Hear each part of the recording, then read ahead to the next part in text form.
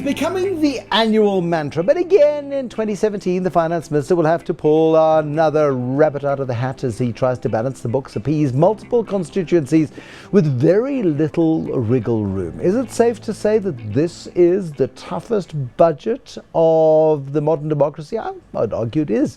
The 2017-18 budget takes place against a backdrop of low growth, high expectations and very little prospect of any growth coming through in the next year or two. This is the MoneyMakers. I'm Bruce Whitfield.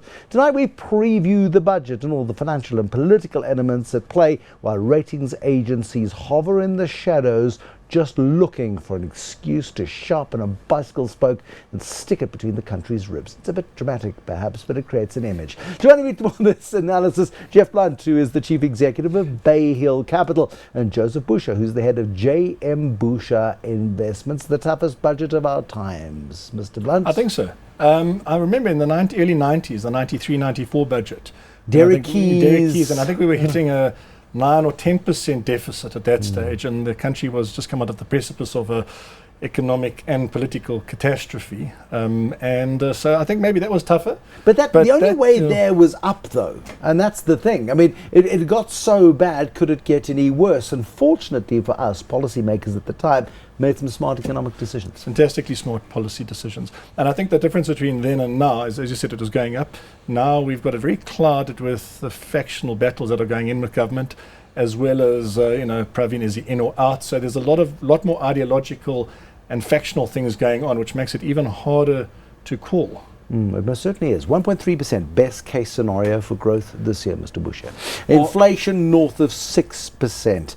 Unemployment at around 27%. The national mood should be better, I would argue, but pretty much quite browbeaten, and we feel quite sorry for ourselves. Well, there is denial. So we thought we didn't have rain in South Africa. All of a sudden, and I liked your introduction, I mean, it would upstage any actor on the stage. So certainly there is denial, and it could not be any worse. It's gloomy, it's cloudy, and here you have got the minister, the deputy minister saying, you know what, we don't know the outcome of our positions after the budget, anything we prepared. So this is the toughest budget presentation yet, and the growth might not really go way beyond 1%. So we're still hovering between 1%, 1.2, 1.5 at best. Now, the finance minister, if he really wants to guarantee keeping his job, he takes the hot tap of the national budget and he opens it full blast, and he says, austerity be damned, we will invest in infrastructure, we will continue to borrow while we still can. We're going to spend on lots of money on radical economic transformation, nuclear, all of these things. Gravy train spins. But that is not what he's likely to do, is it? No, I think it's going to be very conservative. I don't think there's going to be any surprises in the budget. We do know that he's got a hole to fill of about 35 or 40 billion rand. Well, he did tell us in the medium-term budget policy statement he'd cut 20 billion in spending, Mosebenzi Zwane allowing when he's not buying big Porsche Cayennes, according to newspaper reports today. But cut 20 billion in spending and raise another 28 billion. And he can do that in various ways, which we can talk about. But there is a gap to fill. There is a gap to fill. I just want to say one thing that I might disagree with Joseph on. I think that we might, and I think we're a bit, I think we're off piste on this in terms of our economic views. We think South Africa could do 3% this year. How? As a big surprise. How? Okay, very easy. 1% is in the bag, just as we know. Yep. I think that the drought recovery and the rebound of the drought could add 1%. Seed cycler Deneo has an upside because all the rain, that's good. I think Mr. Let him finish. They will fight. And then I think 1% from commodities, and I think that we totally underestimate the impact of how bad it was last year from the commodity cycle. So what I'm saying is I think that our potential growth rate this year is 3%. Anything less than 3% is something that we do to ourselves. Okay, fair enough. And that will be uncertainty, in other words, self-inflicted. As we do every year. As we do every year. So I think that our capacity this year is actually significantly higher than we're estimating. So I'm not saying we're not going to come in at 1%, but I think if Pravin and government get their act together, we could see a bit of an upside there, and there might be a bit of room for wiggle room there with Pravin. Joseph, 3%? No, I think 1.5 would be realistic, but certainly I think the rains are far much better than the last season. But I think if you start driving past Witbank going towards Carolina, actually it is dry. Okay? So I don't think South Africa got as much rain as the rest of SADC. So there is a change there. Commodity certainly there has been an uptick. There's a little bit of improvement. You saw the cash balances on Kumbai and Anglo-American, even if they're not paying dividends, but the construction company is still battling. So we have seen the results. Certainly there might be a little bit of an improvement on that. So the Balance Act is still required. The Brexit effects might still come to South Africa. 1.5 for me possibly would be more reasonable. So, I mean, maybe, but I mean, somewhere in between is where the truth lies, and much of it depends on self-confidence, national self-confidence. And our self-confidence is battered and brewed. And as I said in the beginning, I believe we're in for a better year because our confidence was so shattered last year that if the president can keep his finger off the button of messing with the National Treasury, we've got a chance this year. We can dodge the downgrades, and we can deliver better growth. Well, investment policy certainty is what we need. So companies have got a lot of cash to invest. They want to do something with it. They're not, and we need that to start boosting growth. They're not going to invest as long as there is the political uncertainty, but also, again, the self-inflicted doom and gloom that we're actually just not willing to release that as corporate South Africa. And I understand why. I mean, we're part of it, and I sympathize with that. So I think it's a combination of letting government come through and actually say, look, this is policy certainty. And unfortunately, I don't think we're really going to see that, even if Pravin comes out and Treasury comes out with quite a good, sane budget. Everyone knows, as you just pointed out, that Treasuries, their heads on the block, they could disappear in 3 months' time. Reports today saying Brian Molefe is going to be sworn into Parliament this week, that an ANC member has made space on the Parliamentary Finance Committee. Now, that's two completely unrelated facts that may very well be connected to getting Brian Molefe onto the Parliamentary Finance Committee. Next stop, Deputy Finance Minister and Chairman of the Public Investment Corporation. This the one place where influence can be exerted on a budget without messing with National Treasury directly. Quite possibly. I think everyone's aware of this. Everyone sees the game. Whether government under the administration has the audacity to pull through. Rajeni Mutsami was so good in this in the Daily Maverick, just saying, do it, come on, do it, let's see you do it. I mean, that was the subtext of it. Because does the president dare to play December 2015 all over again?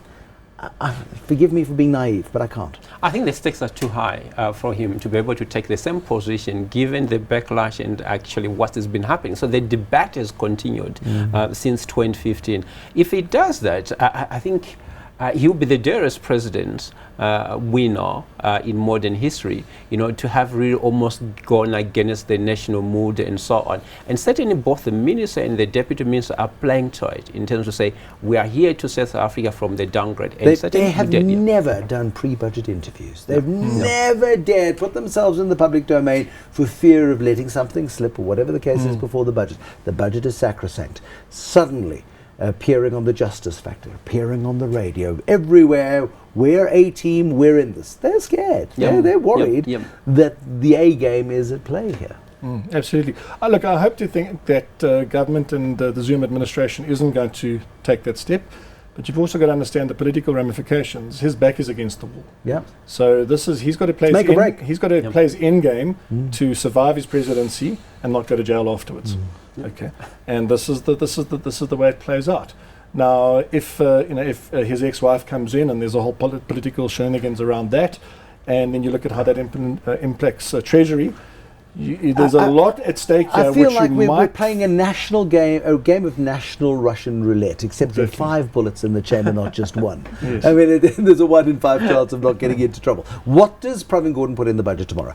Where is the marginal tax rate? It's currently at 41%? Yes. Where will it go?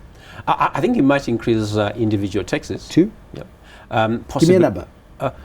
Or 42. 42, it won't be significant. 42.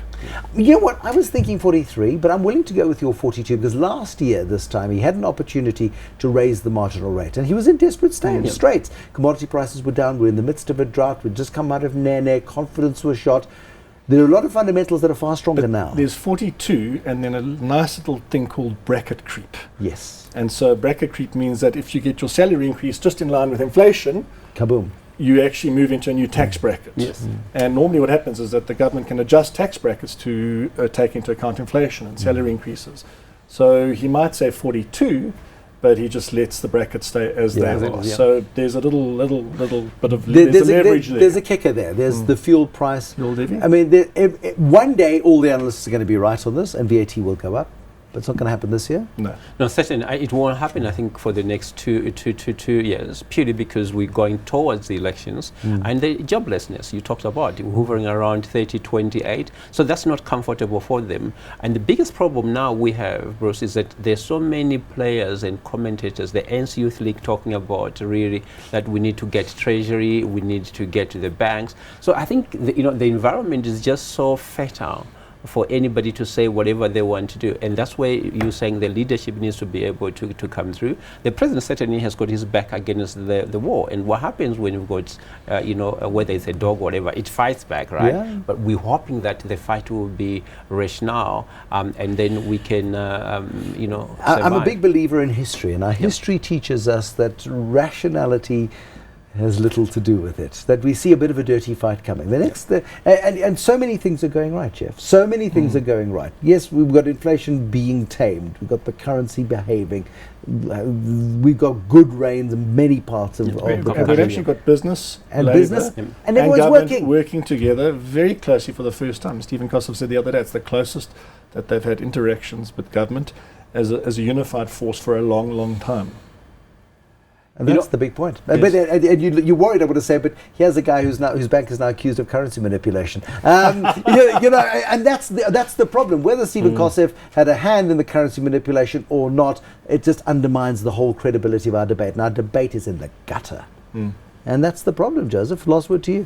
No, certainly. We were saying that possibly now we need a triple P program with government. Now, this is not public-private partnership in construction or infrastructure, but in governance. Okay, and that's what it's talking about. That government and business coming Persistence, closer. possibility, and what else?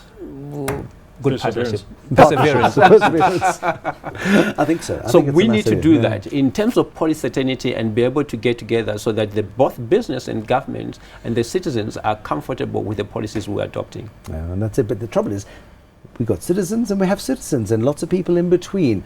Which policy is going to keep everybody happy? Absolutely none. And that's the great problem. So who do we keep happy and who does Private Gordhan keep happy? I bet tomorrow you're not going to be all that happy by this time tomorrow night as you see fuel taxes going up, your booze and cigarettes taxes going up, the sugar tax being introduced, and of course that bracket creep where you get nudged into a new tax bracket and have to cough up 42, maybe even 43% personal income tax. Times are tough. Joseph Busha, head of JM Busha Investments, and Geoff Blount, the chief executive of BayHill Capital, joining us this evening. We'll see how the cookie crumbles tomorrow, if we'll even be able to afford the cookie by this time tomorrow. Till then, good night.